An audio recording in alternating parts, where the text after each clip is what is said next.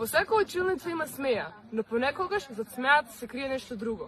Зборови што за некого се шега, а за некого причина да се чувствува сам. Погледнете ситуацијата со ученикот чија пасија му е книгата. Ставете се на негово место.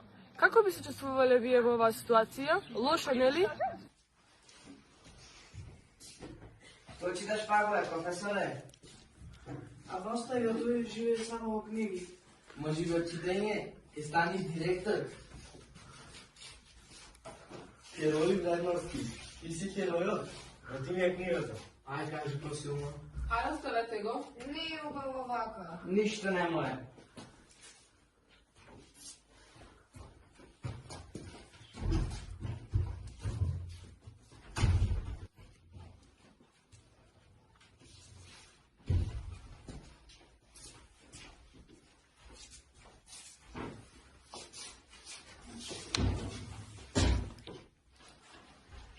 Каде ми училишниот ранец? Може би отиде сам да чита.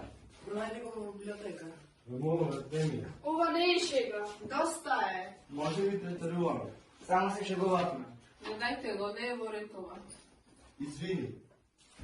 И јас извини. Ова не беше фер. Си извинувам.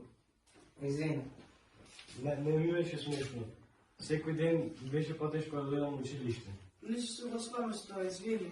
Од денес стоп на булинг. Ако некој почне, реагираме. Заедно сме посилни. Добари?